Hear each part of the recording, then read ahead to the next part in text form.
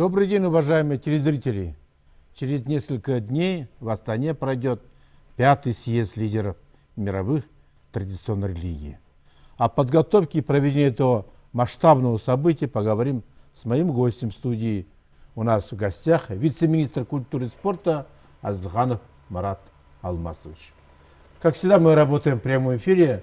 Наш телефон 55 37 10. Звоните, интересуйтесь те проблемы, которые мы с вами поднимаем. Марат Алмасович, скажите, пожалуйста, прежде чем приступить к 5-му съезду, вы лучше бы нам рассказали бы, вот какие события до этого проходили, какие вопросы поднимались. Добрый день. Прежде всего, Ирак Асабович, разрешите поблагодарить вас и телеканал за возможность сегодня выступить и рассказать о съезде предстоящем. Если совершить небольшой исторический экскурс, то попытки провести широкие межрелигиозные форумы предпринимались и ранее. Вот интересный факт. В 1883 году в Чикаго был даже собран такой вот всемирный религиозный форум. На нем собрались очень много представителей религии. И шел разговор о создании Организации Объединенных Религий, о создании мирового парламента религии. Но в силу отсутствия единогласия среди религиозных деятелей на тот момент и те решения, которые они там хотели принять, не состоялись. И даже по окончании вот этого форума представители религиозных объединений договорились встретиться аж через 100 лет. Настолько были глубоки, в общем-то, различные взгляды религиозных деятелей. В новейшей истории,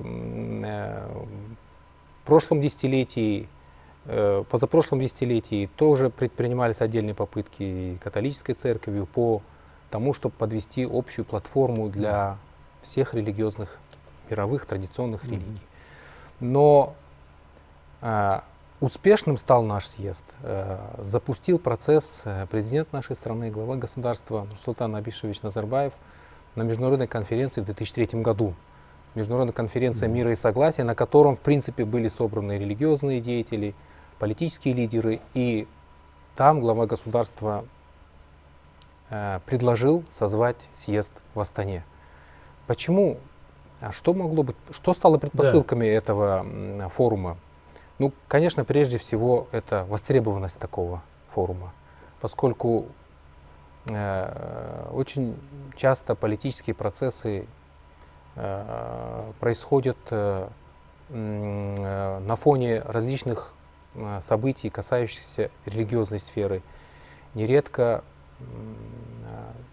определенные политические силы прикрываются псевдорелигиозными риторикой. Религию пытаются использовать в своих корыстных либо иных интересах. И чтобы, во-первых, оградить саму религию от этого наносного, а во-вторых, использовать великий, сильный духовный потенциал религии и религиозных авторитетов, глава государства предложил созвать такой съезд. И с 2003 года стартовал первый съезд, прошли 4 съезда через каждые 3 года. И сегодня мы накануне 5-го съезда лидеров мировых и традиционных религий.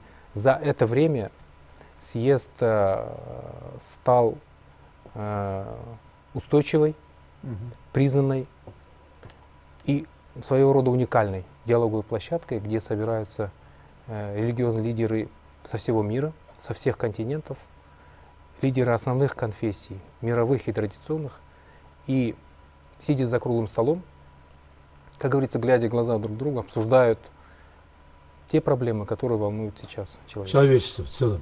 Да. А какие задачи ставит 5-й съезд религии?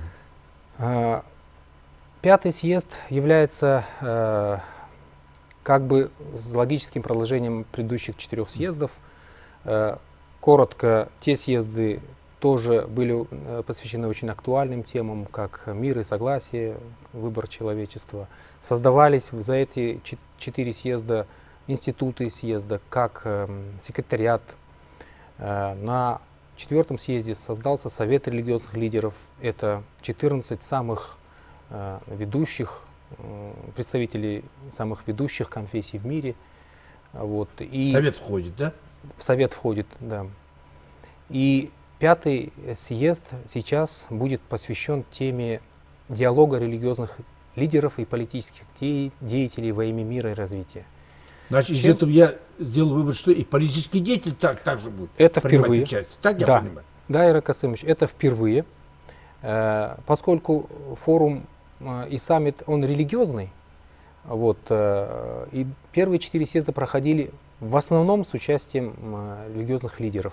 Такой формат впервые, он предложен казахстанской стороной и поддержан секретариатом съезда и лидерами религиозных конфессий.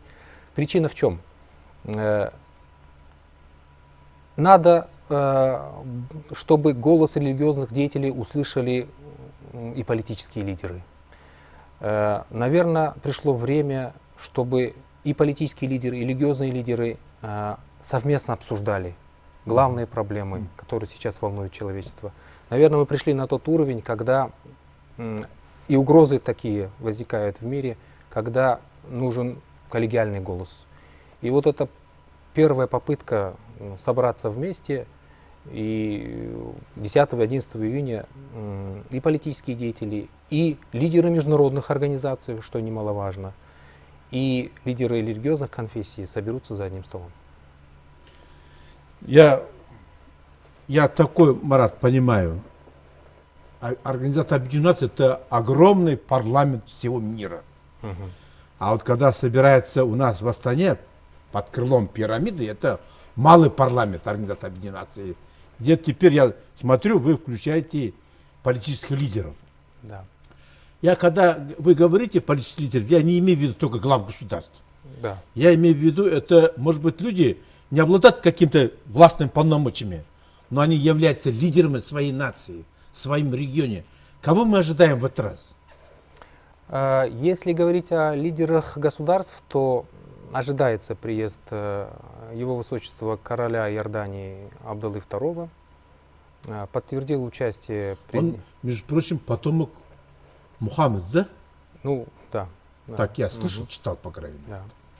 И президент Финляндии Ниинистё согласовывается приезд отдельных других руководителей.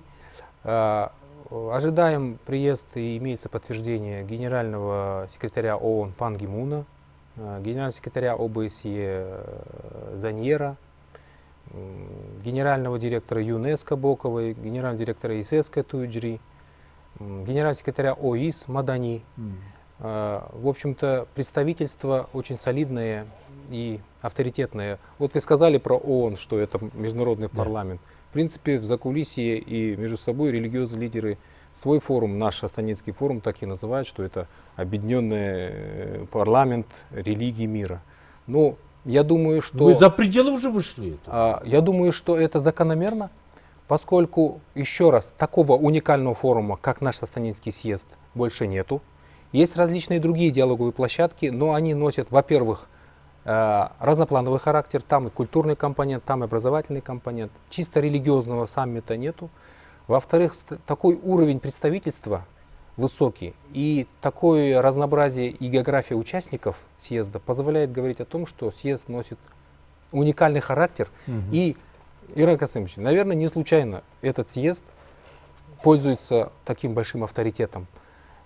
Я лично могу объяснить это несколькими причинами. Во-первых, это, безусловно, авторитет главы государства и авторитет Казахстана. Мы, наверное, имели моральное право созвать такой съезд, поскольку мы создали в стране собственную модель межконфессионального согласия. Я недавно встречался с нашими китайскими друзьями, которые занимаются религией и руководят религиозными конфессиями. Китай тоже очень гордятся толерантной обстановкой, которая царит там. И они тоже говорят, что у них никогда не было религиозных конфликтов. Ну, и мы по праву этим гордимся. Наверное, не так много стран, где этим могут гордиться. И это некое наше моральное право созвать. Во-вторых, конечно, это признание того, что сделал Казахстан в этом направлении. Все предыдущие съезды, которые мы созвали, речь нередко в кулуарах идет о том, что, может быть, съезд созывать не в Астане, а перенести его в другие государства, проводить в другом месте. Но многие сходятся в том, что авторитет Казахстана, Ту организацию, которую мы здесь осуществляем, дает нам право проводить здесь наиболее качественно и эффективно. И я думаю, это и в определенной степени и духовно подкрепляется, поскольку наша страна находится в центре Евразии, и это самый крупный материк. И если говорить о том, что, как некоторые специалисты говорят, что 21 век это век духовного возрождения, после века атомного и информационного, возможно, этот посыл для духовного возрождения с центра Евразии, наверное, он логичен, может быть, даже энергетический. Вот у меня сразу вопросы поступают. Какие проблемы религиозной сферы будут обсуждаться на юбилейном форуме?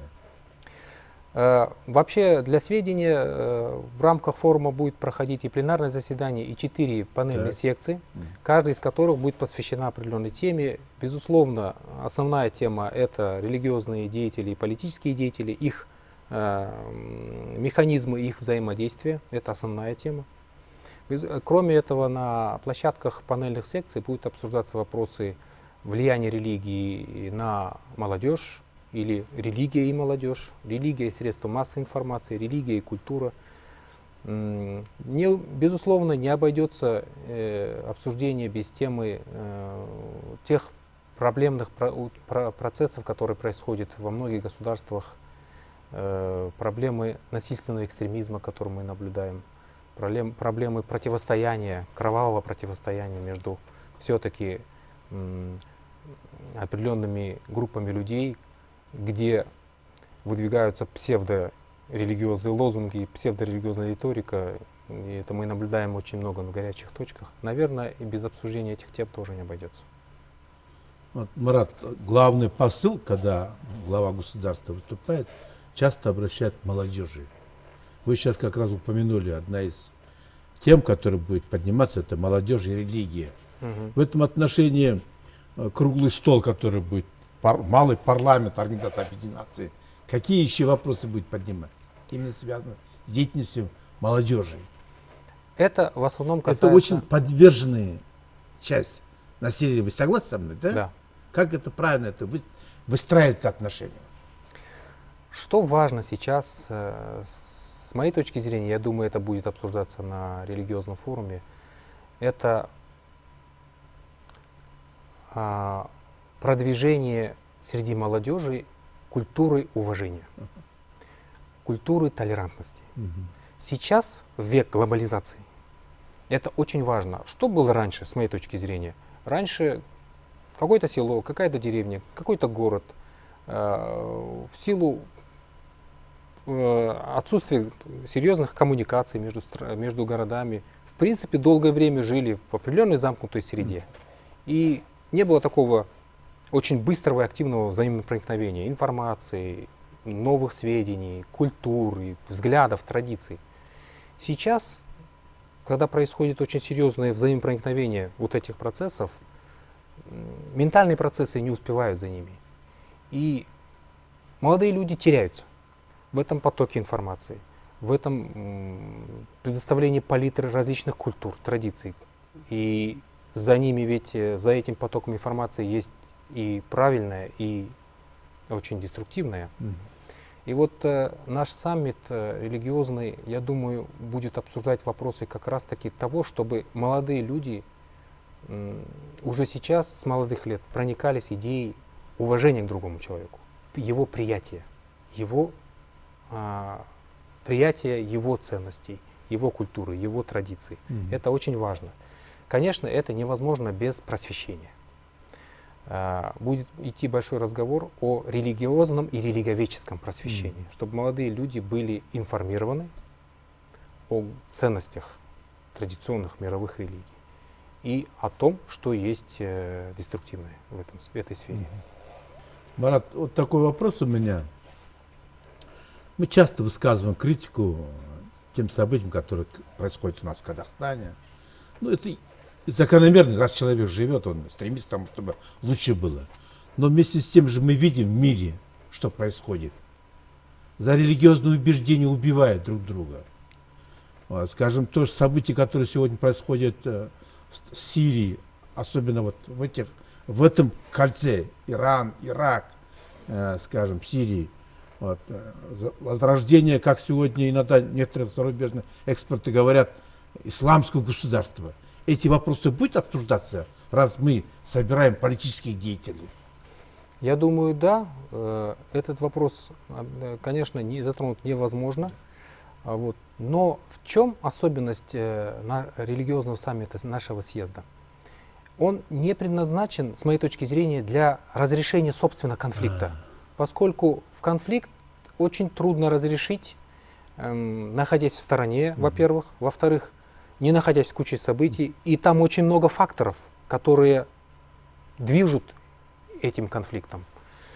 Предназначение съезда в другом. Его предназначение в недопущении, в создании такой платформы, которая бы не допускала такие конфликты. Это, если так можно выразиться, некое подведение некой этической платформы под вообще международные процессы.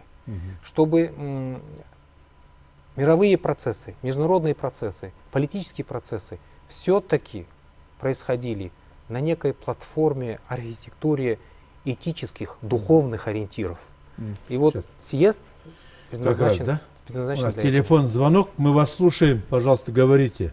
Уважаемый господин Малат Азерханов, можно задать вам вопрос? Какую работу проводит Министерство культуры и спорта в организации проведения подобного форума пятого съезда? Спасибо. Вопрос понял. Ну, Министерство культуры и спорта, как один из государственных органов, вовлечен в процесс подготовки съезда. Ну, прежде всего, мы готовим организационную сторону съезда. Это накануне съезда будет проводиться совещание рабочей группы съезда, затем секретариата съезда, которым руководит Касым-Жомарт Кемелевич Токаев. На этих форумах, мероприятиях будет готовиться основной пакет документов для съезда. Кроме того, мы организационно на этих мероприятиях готовим Совет религиозных лидеров, который проходит с участием главы государства. И это как бы высший орган, помимо съезда, на котором будут обсуждаться главные вопросы. Помимо этого, предполагается, что съезд примет Астанинскую декларацию участников съезда. Ну, мы, как уполномоченный орган, готовим вместе с секретариатом съезда документы для проведения этого съезда. Ну и, соответственно, организационная работа очень большая по приглашению делегаций, по их встречам, проводам, размещению. Вот это очень большая такая черновая работа, но она проводится совместно с другими государственными органами. Марат Алмазович, я уже поднимал этот вопрос, еще раз хочу поднять. Как известно, одной из основных задач экстремистской организации вовлечение молодежи. Вот противодействие, что необходимо делать для этого? Мы вот слышим, какие-то каналы в Киргизстане проходят какую-то подготовку, везут куда-то.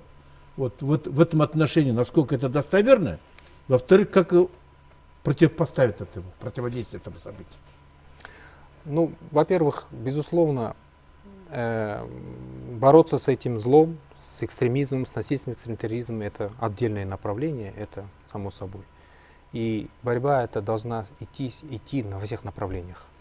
И в том числе в интернете, где, в общем-то, молодежь и черпает очень много информации. Но самым главным все-таки я вижу несколько элементов. Так. Прежде всего, это все через воспитание и просвещение. Я бы даже сказал, что это два ключевых слова. Воспитание и просвещение. Воспитание, оно начинается со семьи. Если молодой человек интересуется какой-то религией, это все равно, что он пошел в первый класс. И если мы в первом классе ему выбираем первого учителя, хотим, чтобы первый учитель был правильным, сильным и создал бы хорошую базу, то, естественно, мы должны и тут реагировать. Если молодой человек или ребенок увлекается или чем-то увлечен, мы должны знать, что это такое. И он должен получить правильную информацию. Другой вопрос — духовно-нравственные ориентиры и духовно-нравственные ценности, которые тоже должны воспитываться в семье. Это духовные столпы, на которых стоит человек. Второй элемент — это религиоведческое и религиозное просвещение. Здесь два элемента. Первое — это, безусловно, школа и вуз, где он получает информацию и образование. И здесь важно, чтобы мы, государство, предоставляли ему необходимый объем информации. о религиях. Без продвижения какой-либо одной религии, это именно религиоведческое просвещение, чтобы он получал информацию, а не искал ее сам. Второй элемент — это, безусловно, религиозные лидеры и деятели, которые у нас есть. Они тоже должны умело, правильно отвечать на вопросы тех людей, которые к ним приходят за ответом. Поэтому рецепт, с моей точки зрения, в правильном воспитании и эффективном образовании. Марат Алмазович, вот я слышу вот последние, то, что я прочитал, по крайней мере, в западных странах очень много увлекается молодежь. Именно, может быть, даже раньше они не были подвержены тем религиозным течениям. Но, однако, идут на войну. Вот как это все-таки? Это вот заразительно для других стран. Вроде благополучные страны. Ира Касымович, этот вопрос очень сложный, многофакторный. И мы убеждаемся, что он не всегда связан с социальными какими-то вопросами. Не всегда. Хотя, конечно, безусловно, на социально-экономических факторах, на каких-то личных неурядицах, на психологических проблемах очень многое действительно строится. Но не это главное. И пример того, что из той же Западной Европы сейчас очень много молодых людей едут в Сирию или Соединенных Штатов, или из Канады за идеей, говорит о том, что человек всегда, наверное, находится в поиске некой идеи. Кто-то приходит в веру, в религиозную веру, кто-то верует во что-то другое, кто-то еще во что-то. Но человек не может, наверное, жить без идеалов и без каких-то мировоззренческих вещей. Ну, ваш вопрос как раз-таки упирается в то, что этим молодым людям в качестве вот этих идеалов, в качестве каких-то ориентиров было преподнесено. Наверное, отдельные из них попали в вот такие вот ловушки псевдориторики и псевдорелигиозных деятелей, с учетом того, что интернет кишит такими материалами, и очень много проповедников могут, в принципе, во многих странах свободно об этом говорить. Наверное, это неудивительно. А вот уникальность все-таки казахстанской модели государства межконфессиональных отношений в чем заключается? Здесь несколько элементов. Прежде всего, это светский компонент. Он, безусловно, не уникален для мировой практики, но у нас есть свои особенности, главные из которых это отсутствие, вернее, равенство всех религиозных конфессий перед и законом, и обществом перед людьми. Они все равны. Нет больших или малых. Все равны в правах. Нету государственно обязательной религии. Мы одинаково приветствуем и поддерживаем основные религиозные конфессии, которые у нас есть в стране. Это один из главных элементов межконфессионального согласия, когда человек или религиозная конфессия обладает полнотой прав, могут отправлять религиозные обряды, могут жить своей религиозной жизнью и при этом не чувствуют себя ущемленными. Это главный фундамент межконфессионального согласия. Второй элемент, безусловно, это веками сложившаяся ментальность в нашем обществе, проводимая государственная политика по тому, чтобы поддерживать исторически сложившиеся межконфессиональное согласие у нас в стране. Люди не противопоставляют себя по религиозному признаку. Люди не делятся по этому. И это видит, да, кто к нам приезжает, да? Это видят все. Это отмечают все как одно из наших главных достояний. И это действительно так, поскольку я вот еще раз говорю, недавно был в Китае, и они тоже с восхищением говорили: мы знаем про Казахстан, мы знаем про съезд, мы знаем про Казахстан. И то, что у вас межэтническое, межконфессиональное согласие, и это один из главных элементов государственной политики, вызывает восхищение во всем мире. Мы должны поддерживать это наше богатство. Вот по нашим данным, именно имейте в виду данные вашего министерства, существует 18 конфессий и более 3500 религиозных субъектов. Так я понимаю, да? Как вы оцените их работу? Вот какой контроль вы ведете за их деятельностью? Если правильно я Рассказывай. Контроль не совсем правильно. Да, государство взаимодействует с религиозными конфессиями, с религиозными объединениями. Вообще, конечно, подавляющую часть религиозных объединений составляют исламские религиозные объединения и православные. 95% у нас относят себя либо к исламу, либо к православию. Я должен отметить здесь, Ирак Касымович, вот религиозные деятели этих конфессий, да и вообще всех остальных, проводят очень большую работу в своих общинах, со своими верующими по поддержанию межконфессионального согласия. Денно и ночно, можно сказать, на всех службах, пятничных намазах, воскресных службах. Речь идет всегда о том, что мы должны поддерживать атмосферу взаимного уважения, атмосферу толерантности у нас в стране. И я, пользуясь возможностью, с экрана телевизора хотел бы поблагодарить руководителей религиозных конфессий Казахстана за ту работу, которую они делают у нас в стране, за их духовный труд. Большое спасибо. Еще что вы хотели бы сказать нашим телезрителям? Осталось 2 минуты всего. Ну, конечно, я хотел бы закончить темой съезда. Мы очень ожидаем 10-11 июня, когда к нам приедут духовные иерархи со всего мира, политические деятели, лидеры международных организаций.